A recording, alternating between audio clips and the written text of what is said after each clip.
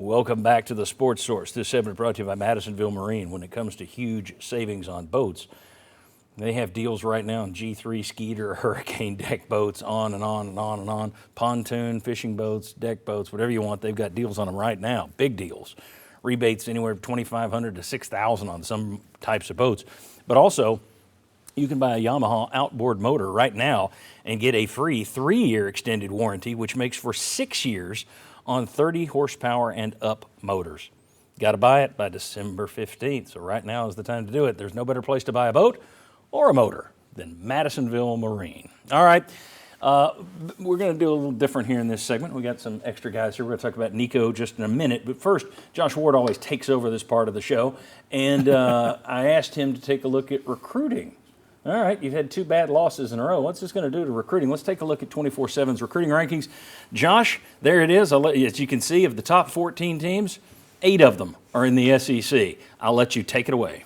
John, some have called this the best couple minutes of the show during the football season. And we say hello to your wife. I said so. If you look at this ranking of the top 14 classes right now for the 24 class, we're a month away from the early signing period where almost all of this will be wrapped up.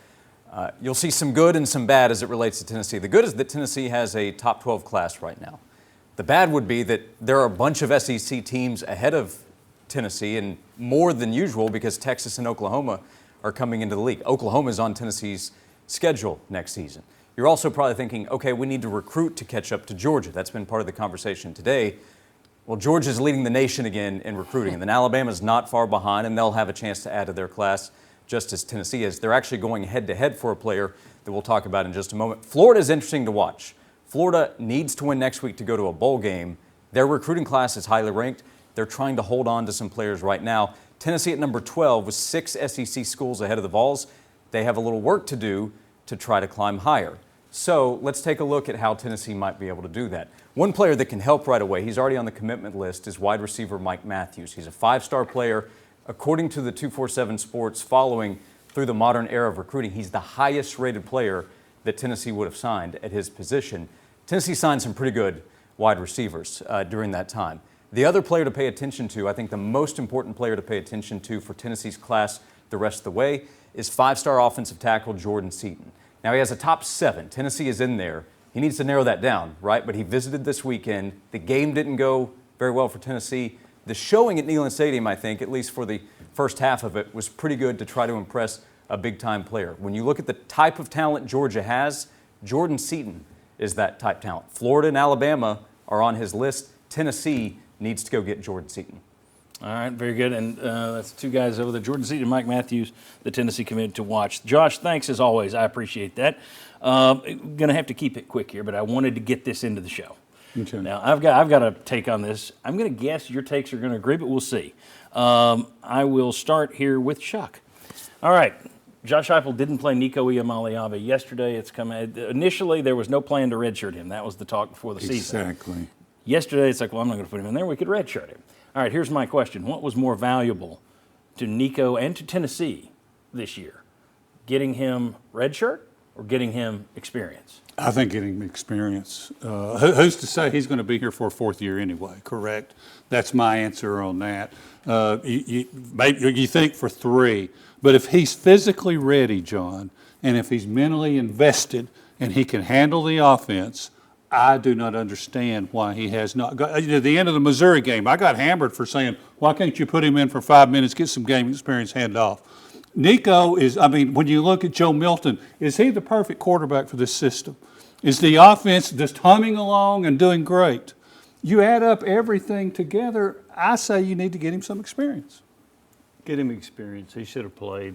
He may be a 2-year starter. Exactly. If he's as good as he's supposed to be. So that might be the answer. So he needs to get experience to only help you for next year.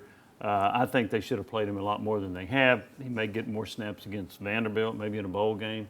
That's still on the table, but I think they should have played him more. Flip it around. If he's that good, he won't be here. If he's that bad, he won't be here. He'll go into the transfer portal if he's not any good. And you said he won't be here for 4 years, maybe? No, you're talking about 5 years if they redshirt him this year. I think of all the things Josh Heupel's done since he's been there, this could end up being his most critical mistake. I would rather see him get playing time, not because you're going to bench Joe Milton, but you're saying, you know what, back in my mind, there's going to be a 2024 season. Yes. And it will help us if this guy's seen some live fire. You could let him go out there and run a few plays and then get your 55-yard field goal in the fourth quarter. Exactly. It's about, to me, that's the thing. I had somebody tweet me or email me, I forget, yesterday that said, should have played Nico all year. What's the difference between 6-6 and 8-4? I disagree with that because there's a huge difference. You got people calling for Josh Heupel's job right now at 8-4. They'd have been calling for it a month ago if he was 6-6 and heading towards 6-6. So that makes no sense. But in terms of could you have gotten him in more in some of these blowout losses or blowout wins? Yes, you could have. And I think What was it? UConn 2 series, correct? Yeah. believe, and I understand you want to get if you want to get Navy Schuler in, and you want to play Gaston 4 Moore in. quarterbacks. But the problem is those guys aren't your future. That's and great. and I mean, that to me is what playing Nico this year would have been about. And that's the best 2 minutes on the year so far. Much better than that stuff Josh Yeah. does. Agreed. An 8-4 regular season record, 65% of you say it's about what you expected. 28% say it's a big disappointment. 7%, ooh, it's climbed. I'm trying to goose the angry people. 7% say totally unacceptable. Keep voting. Keep telling us what you think there. When we come back, we know the Vols offense has been hit hard by injuries, no question. But are the coaches being creative enough? We'll let the VFLs debate that one. Come on back on the Sports Source.